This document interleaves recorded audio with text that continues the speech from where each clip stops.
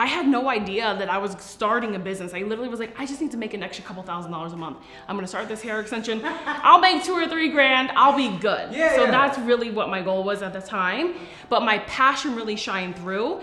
And every day I just started working every single day, 7 days a week, started working on this business. And it just took off. It was the right product at the right time. Like you said, 10 years ago, there weren't many extension brands. No. They were all sold just through distributors. I'm Tom Ward, and over the last couple years, I've had the chance to sit down with some of the biggest celebrities and influencers in the world. What I've always found most fascinating is the stories of the businesses that they've built behind the scenes. On this show, you'll get an inside look of what it takes to build a successful business from some of the biggest celebrities, business people, and up-and-coming entrepreneurs in the world. This is The Tom Ward Show. Welcome to the Tom Ward Show, where we talk to the biggest entrepreneurs in the world, and I have such an entrepreneur here. Alexandra Cristin. We're at her beautiful Glam Seamless studios in West Hollywood. This place is incredible. Thank you so much. So excited to be here. Yeah, I'm excited to have you. I know, for a bald guy, I know more about hair extensions than I probably should. Yeah. And I was looking, you have over, correct me if I'm wrong, 100 colors? Yes. 100 different colors. Yes, that's right. Now, when you started the business, what was the landscape like then? I'm guessing there wasn't a brand with 100 colors. No, not at all. So the year was 2012. I was a recent college graduate. I was going on interviews. I just graduated from a degree in marketing. Nice. And I wasn't sure I wanted to go the corporate route. Every time I go on these interviews, I started to get really sick. I'm like, oh, this doesn't feel right. Like physically? Yeah, like wow. I could just, my intuition was telling me like this corporate path is not for me. So I just kept hustling with the side gigs. I would work as a nanny, started to be a plus size model, and completely... Pause on that real quick, because every article I read said plus size model. Yeah. Why can't it just be model? Yeah, I think I don't understand. Why do you have to put that in there? That's what the industry is working towards these days. Are they? Okay. You know, women like Lizzo are paving the way for body diversity, but back in the day, very segregated, you know, very, very like, you know, this is the plus size, this is the straight size. Today, women like Ashley Graham have really started to make that movement where it's like, they want to get rid of the word plus size. Good. Anyway, so the year was 2012 and I'm like going on these interviews. I just felt sick. I'm like, this isn't for me. Next, you know, I was at a salon getting my hair done and someone said, oh, there's a new type of tape extension, seamless extensions. You can only buy it at the salon. And I'm like, okay, how much are they? They're like $1,000. Get out of here. And I'm like, $1,000? I have all this college debt. I cannot afford this. So I did what any other millennial does. I went online and I was like, I should be able to find these on Amazon, online. I absolutely cannot find anything at all for consumers to purchase salon quality extensions. Oh, wow, okay. And that's the day Glam Seamless was born. Wow, so you said you had all these side hustles. What was your main gig at the time? What was your major source of income as you're figuring this stuff out? Yeah, well, working as a nanny and a plus size model. Okay, yeah. So you weren't rich at the time. You didn't have tons of money saved, right? Oh no, I was completely broke, came from a single mother home and you know, really living paycheck to paycheck. The cash from these gigs would hold me over and it was a constant hustle of like, what am I gonna do? So how did you have the cash to, okay, I wanna start this, great.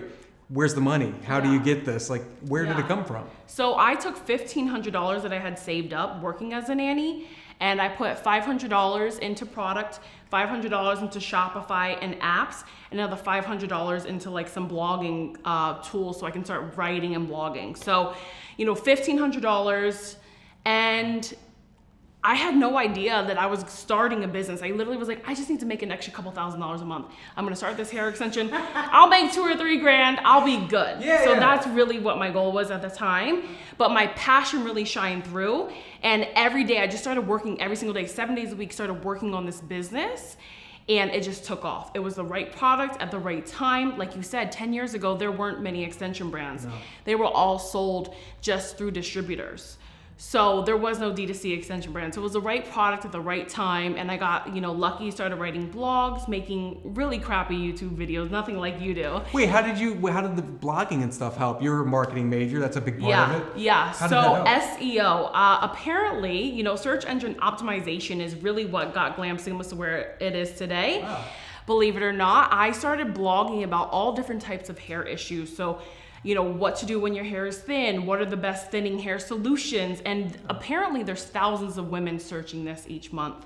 because no other brand was writing about this, people were coming right to the website.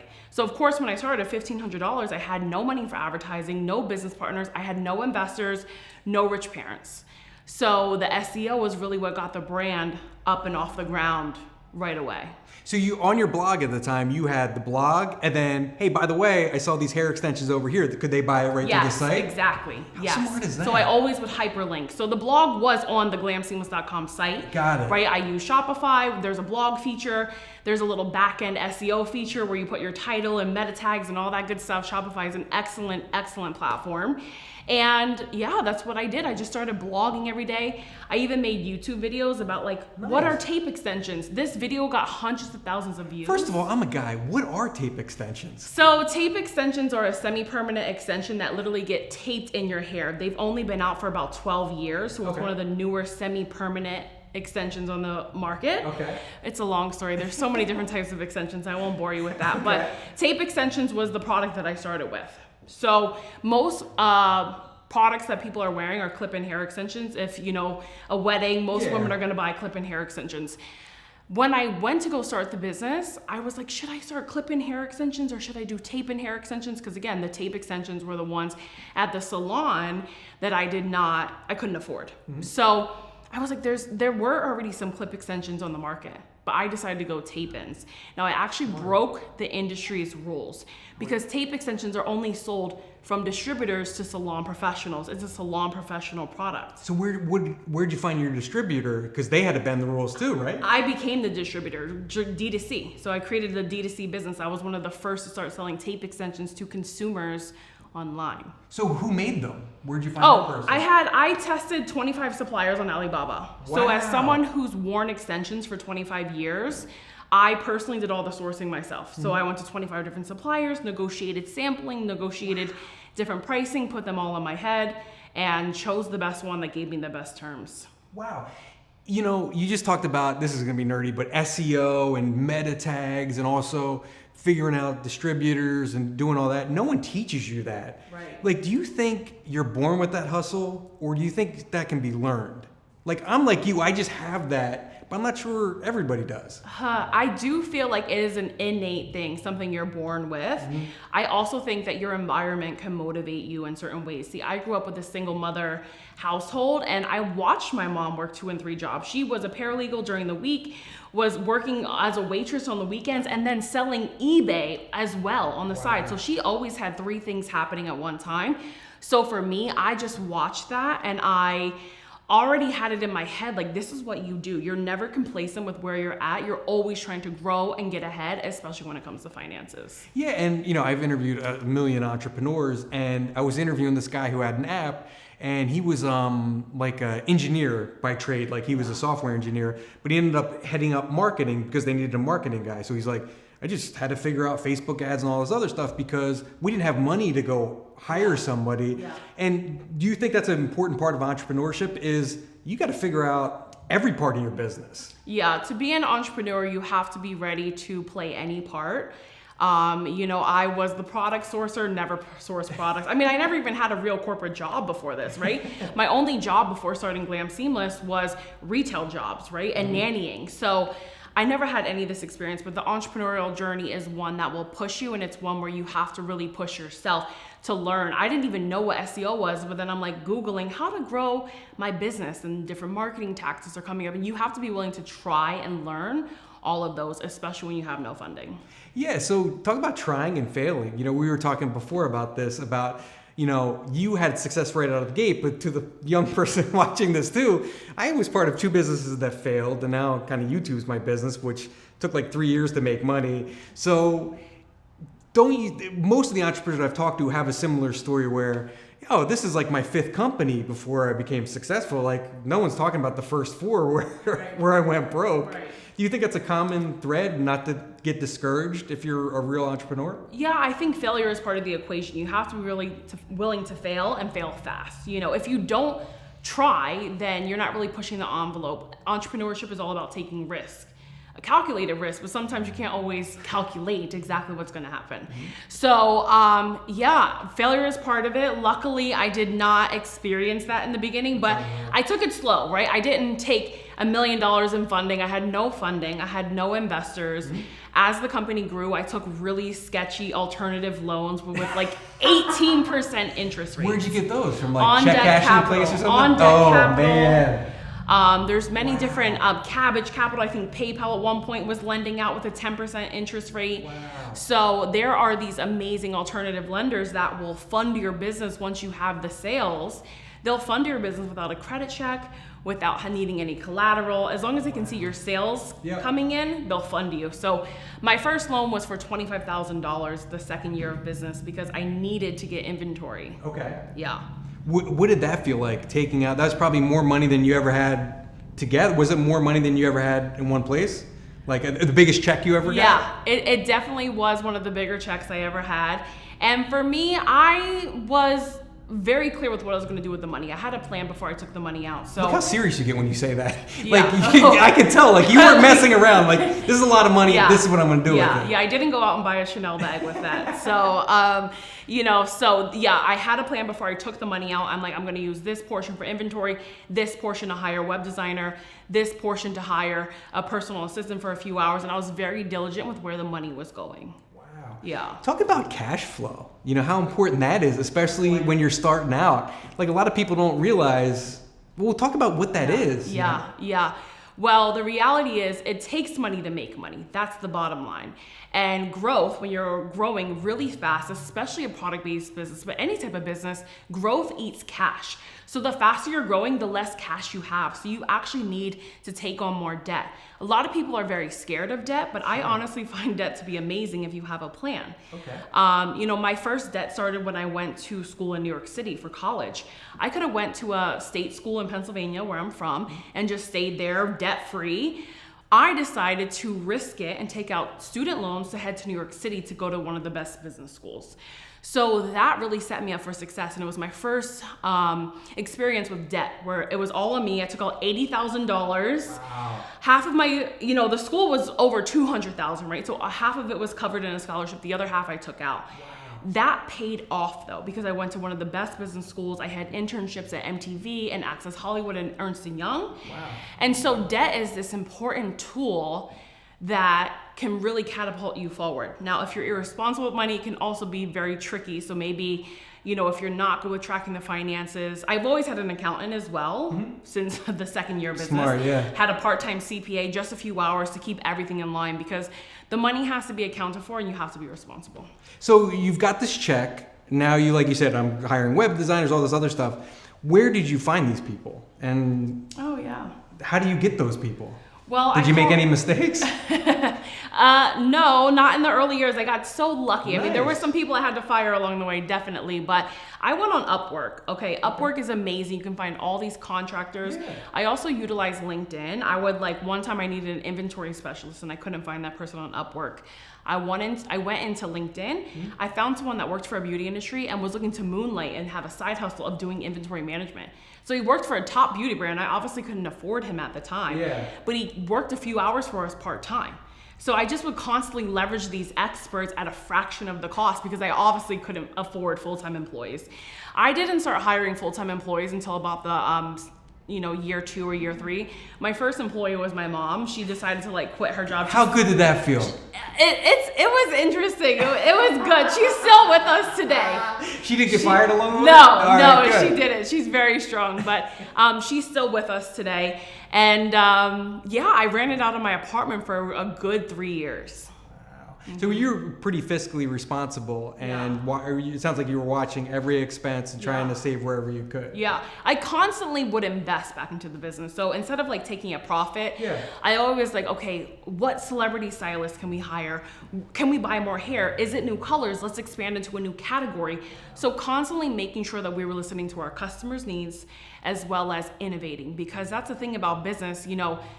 It's simply like Tony Robbins says, marketing and innovation. So those two things, people in any category are looking to do better. And so that's what business and entrepreneurship, it's constantly leveling up your business, yourself as a leader, and never getting complacent. That's the fun kind of it too. You constantly have to figure things out. Yeah, absolutely. And there's no book that you got a business Yeah, school that, there's no book. Yeah, this is how I hire an SEO person. Yeah, exactly. I didn't even know what SEO was. So that's the hilarious part, that it was one of the driving forces of the business in the beginning. So we talked marketing, now we're on marketing. So you're doing your blog stuff, that's initially how you get people. And then what's the next strategy to find celebrity hairstylists, I'm guessing, or who can sell hair extensions for you?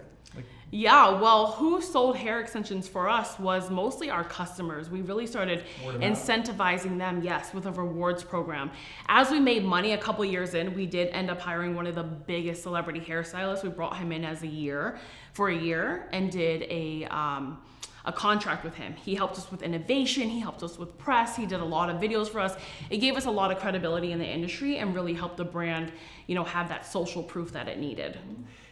I think that's the best. I've been in sales my whole life, and word of mouth and recommendations are the best referrals, right? Yeah. That's kind of what it is, right? Yeah. I got these hair extensions, I love it. She tells her girlfriend's on your site, right? Yeah.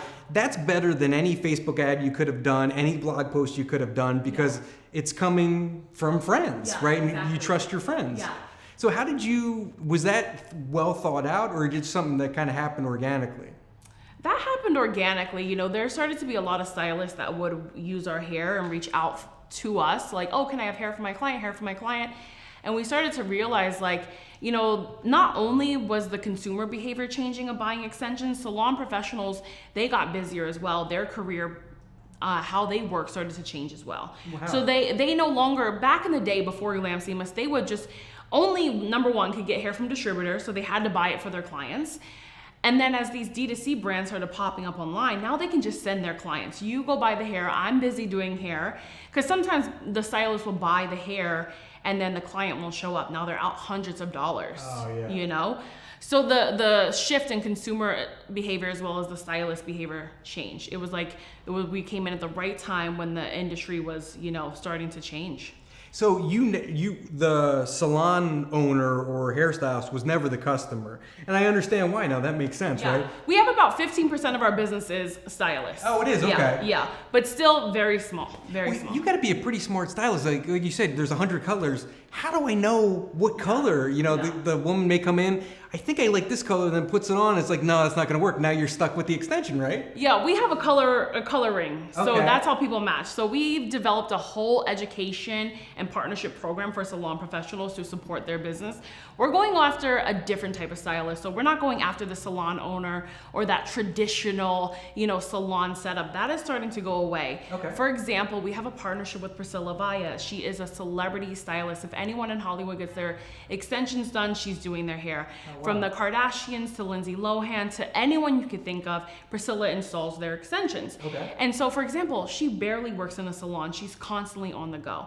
That is the new stylist today. They no longer want to split their revenue 60-40 with a salon owner. They're very entrepreneurial. The times are entrepreneurial. So they're starting to set up their own suites. They're starting to go do house calls. And this is the stylist that Glam Seamless is catering to. Oh, okay. Yeah. So that woman who does the celebrity hair extensions, what hair extensions is she putting in? Is she using Glam Seamless? Yes. So about 2 years ago, she came to us and she said, I want to do my own extension line, and this is the best extension line on the market.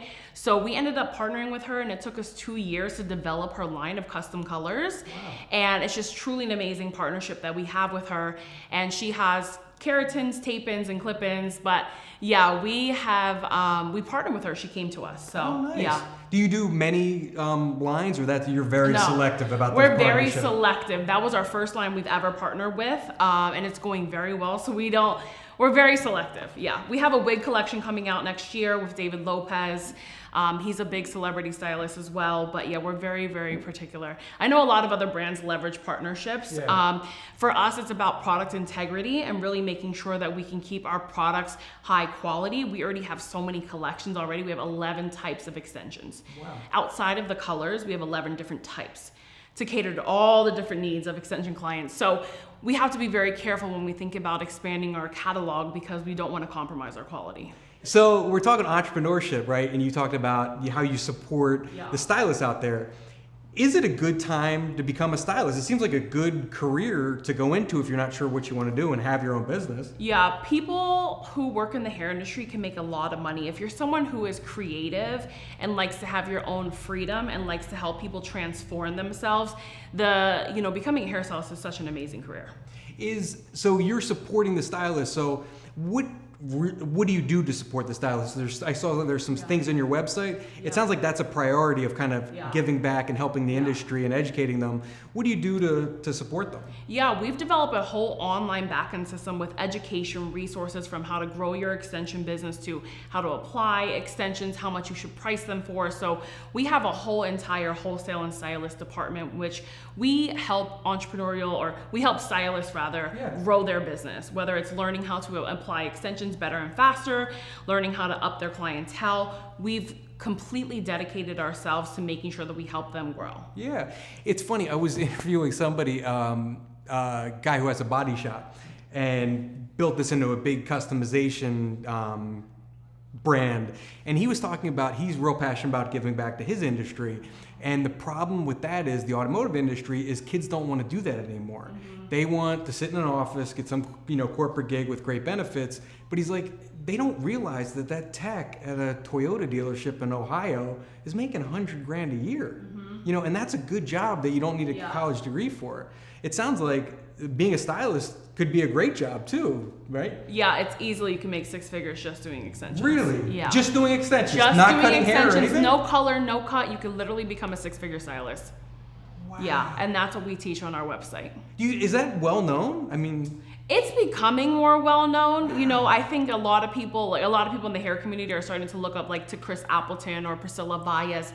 These are people who do J-Lo, and they do every celebrity you could think of that's on a red carpet or in the news. And, it's really a booming career. Wow, I think that's just a great low cost, low startup cost. Yeah. You don't need a lot of debt to kind of go to school and stuff. Yeah. Do you even have to go to school for that, or where do you learn how to put in extensions? Yeah, you do have to become a cosmetologist. Okay. So there is, at least in America. I know outside of America, the rules are a little bit different, but you do need to go to cosmetology school. But that's I think it's less than a year, and then they don't really specialize in extensions in cosmetology school, so you still have to go out and get certification, but that's what we created. We were one of the first to launch online certification for stylists. So before Glam Seamless was on the market, you'd have to go and spend $3,000 with a company. You'd have to fly there, get certified in person. We cut that cost down and literally beyond more than half, and you can get certified in 3 days with us online. That seems like a smart business move too, because let's not try to profit on the training, right? That could be a break-even thing. We'll make money on the lifetime of them buying extensions from us. Is that exactly what That's the model exactly is? what our method was. Yep. Yeah. I just love learning about new industries. And what advice do you have for aspiring? And I was this kid. Aspiring entrepreneur, maybe out of college, hates the corporate gig, they get sick every time they have to go to the office. I was the same way, but you don't know what to start. Do you have any advice for them? What would you tell the aspiring entrepreneur out there? Yeah. Well, I don't know if you know, but I went to a boarding school called the Milton Hershey School. So do you know Hershey chocolate? I know Hershey, Pennsylvania. Okay. I've been to the Hershey Park. Okay. I'm from South Jersey. Okay, exactly. I know Harrisburg. Exactly. So, I went to this school. This was created by the Milton Hershey, a man who obviously created Hershey chocolate, still publicly traded to this day. And with the profits of the company, he ended up taking half of them. To this day, half the profits of the Hershey company goes back to a boarding school. Wow. So I spent 9 years at this boarding school. Is it the nicest boarding school ever? It is very nice. I'm guessing they make a pretty good profit. Yeah, and like I said, 55% of all Hershey's profits per the deed goes back to the school. So I was one of the lucky students of the school. So I went there for 9 years, from 9 years old to 18. And so I always knew in the back of my head that an entrepreneur created all of this, right? An entrepreneur is the one that changed all of our lives, and this company still exists. So entrepreneurship was always in the back of my head, right? Today it's very cool and everyone does it, right? It is the thing. But 10, 15 years ago, it really wasn't. So entrepreneurship is one of these things where, you'll work double for yourself than you will working 40 hours for someone else.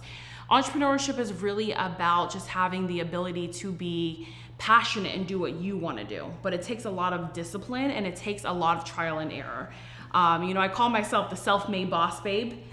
And I'm actually dropping a playbook for entrepreneurs. It's literally called yes, it comes out in 2 weeks, and it's called the Entrepreneurial Playbook for people who are young, aspiring entrepreneurs. That is great. Yes, and so what this really does is take people from the beginning steps of entrepreneurship, because at the end of the day, it's not about becoming an entrepreneur and calling yourself that. It's really not about the money that you're gonna make. It's not about, the Forbes article that you're gonna get.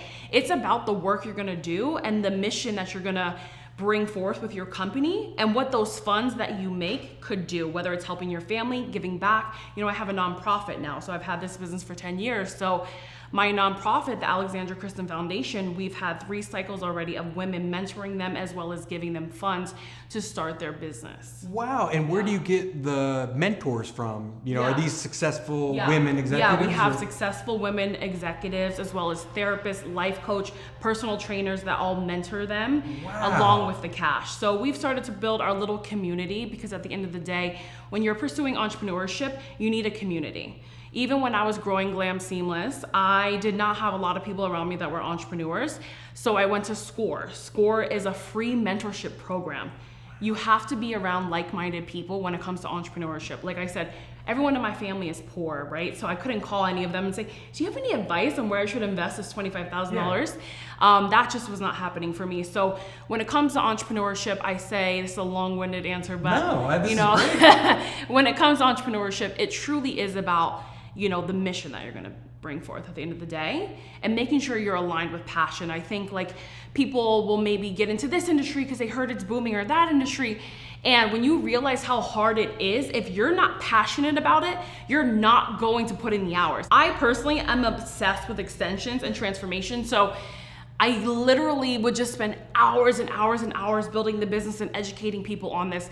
If it was automobiles, I wouldn't have spent the same amount of time. I don't care about cars. So you have to pick something that you're passionate about, and then you've got to make a plan, and you've got to get a mentor, and you've got to see who's around you. Because I think when you're someone like me, especially when you come from poverty, you may not have like-minded people around you. And even if you can't get those people in person, even finding them on YouTube and watching interviews and listening to positivity all the time, you've got to get your mind in the right frame of mind. It's so funny. I had a corporate gig, and I've been in sales, and I was at this job for 10 years. And it was a good job, and I've got little kids, and it pays the mortgage and stuff. But literally every morning I was drinking Pepto-Bismol. I would go through 6 bottles a week. My stomach would, just like you said when you went on those interviews, it would be upset every morning. And that's no way to go through life. Yeah. But I'm working on this YouTube stuff as a side hustle, right? And it takes time. It took 3 years to make money. But what pushed me over the edge, I was talking for 6 months about, we've got the cash saved, and, it could last for a year, and, I really should do this. And I drive my wife and everybody else around me crazy. But it took my buddy, who I didn't talk to, I used to be closer, but haven't talked to him in a year. He calls me up on a random Sunday as I need to make a decision about this. And he goes, hey, how you doing? And we're talking, he's like, he started a roofing company, just a random kind of blue collar industry. And he sold it to venture capital guys because it was a good cash business, good cash flow, good return for $45 million. You're kidding me. I swear to you. What? I swear to you. And I remember him borrowing $100 from me, until payday, because he had kids. He's like, Tom, can I borrow $100? And this guy to make $45 million, and you talk about being around like-minded people, and I talked to him about this, this big decision, I'm 44 at the time, I'm it's now or never, what do I do? He's like, you'd be insane not to do it. Call your boss tomorrow. And that was a Sunday, and I did, and that was it. But if I wasn't around, if he didn't call that day, or I didn't have people in my life like that, everybody would be like, are you insane? You got a good gig. Stay there forever. Good benefits. You're insane. YouTube? Who thinks you can have a YouTube channel? You've got to have people around you that push you and that motivate you and inspire you. It's just so important. I mean, that's how the growth happens, You talked before about passion. I think that's huge too. But you said something, and I really listened good. Or listen well, I probably should say. When you're talking before about launching your brand, the word you used was, I found out I was passionate about this. Yeah. So, to the young entrepreneur out there, you didn't know you would be passionate about hair extensions, I think. Right. In the beginning, did you just look at it as like, I can make a couple grand, like you said. Yeah. I see a need for this. Yeah. I can fill that. Yeah. When did the passion come? When did you realize that, like, I'm really into this? Well, when I was sitting there on the weekends blogging and making YouTube videos, and I wasn't even good at YouTube, right? I was just literally setting up one camera and I'm like, hi guys, let me tell you about tape extensions. So, Yeah. you know, when I started working 7 days a week and I just didn't want to stop working, that's when I knew that I was really loving what I was doing. Yeah, passion's so key. Yeah. What other advice? I mean, I asked you that question. We got good stuff. Do you have any final words for aspiring entrepreneurs other than, first of all, where can you get the book? Is it going to be available everywhere? Yeah, it'll be on my website, selfmadebossbabe.com. Nice. Okay. Yeah. So it'll be available just on that website for now. Okay. And what I want to say is, if you're thinking about starting a business, you really, really should just start making that plan now. There's never a perfect time. Definitely don't quit your day job until you have some income. No. You know, the studies show it takes 2 to 3 years to even start making a profit. So that could mean that you are working a job and still running this business on the side for 2 to 3 years before you're able to make that jump. And side hustles are so great. Yeah, and if you don't pursue it, then you're definitely not going to get there, right? So it's like, oh, I want to own a business, I don't know where to start. Get the resources, find a mentor, there's so many courses on like Udemy and Masterclass that can help you. Be resourceful enough to go after it. Yeah, I mean, I just always think back to 2012. What if I never started Glam Seamless? Where would you be now? You know, I don't know. And, you know, 3 years ago, my company was acquired. So that was a life-changing moment for me where I never even saw that coming. I never started the business to become a millionaire. I never started the business to have that exit. And, you know, and that was a defining moment to me where I kept thinking to myself, thank you to the 23-year-old me that actually did it. You know, I could have just thought about it. And I think so many of us get caught up in the fear and self-doubt. Yes. Yeah. And you just got to go for it. How good did it feel to get that check? I can only imagine what that was. Well, it was an instant wire, and it was amazing. It really was amazing. Really, really lucky. And I'm actually still with the company today. The deal that I worked out is that I would continue on as CEO and continue to run the company as you know, how I see fit, the vision, etc. So it's been amazing. I've doubled profits and revenue over the last 3 years that I've been here, and now my parent company is $1 billion corporation, right? So now I get to work amongst these amazing executives. We have amazing investors. L. Catterton is one of our main investors. They're invested in everywhere from Peloton and many other different. So the amount, the knowledge and the wealth the knowledge that I'm getting from this experience has just been incredible, right? So it's definitely a career shift now where I'm like, okay, it's not my business, but I am just exposed to how do you run board meetings for $1 billion corporation, and what does that look like? And I'm on the board, so it's been a beautiful transition. Wow, that's incredible. Yeah. And you don't meet those connections. No. That's an elite level. Yeah. And they have a team, and their team's job is to keep people away from them. Exactly. And just being that girl who came from a single mother home. I mean, my mom went to jail when I was 6 years old. So just to come from that and then, you know, be where I am here today at 33 years old, it's just amazing. And I think the universe will continue, like Oprah says, to send little whispers about what you should do, your passions, and you'll get a spark for something. You'll say like, you know, should I pursue this? Should I do this? Should I do that? And you really should. Like, if it calls you, you should pursue it. You should push yourself, because you never know where those little callings are going to take you in life. Well, thank you so much. This was a pleasure. I learned a lot. This was Thank a great you message, so much. Great positive Love message. what you're doing. You know, putting out the messages of entrepreneurs. The show is fantastic. Thank and you. Just congratulations to you again. Thank you. And guys, that was a great way to end. Make sure you subscribe. We do interviews with the biggest entrepreneurs in the world to get some inspiration, but also real tips on how to start or grow your business. New interviews every Tuesday at 10 a.m. Thanks for watching, guys.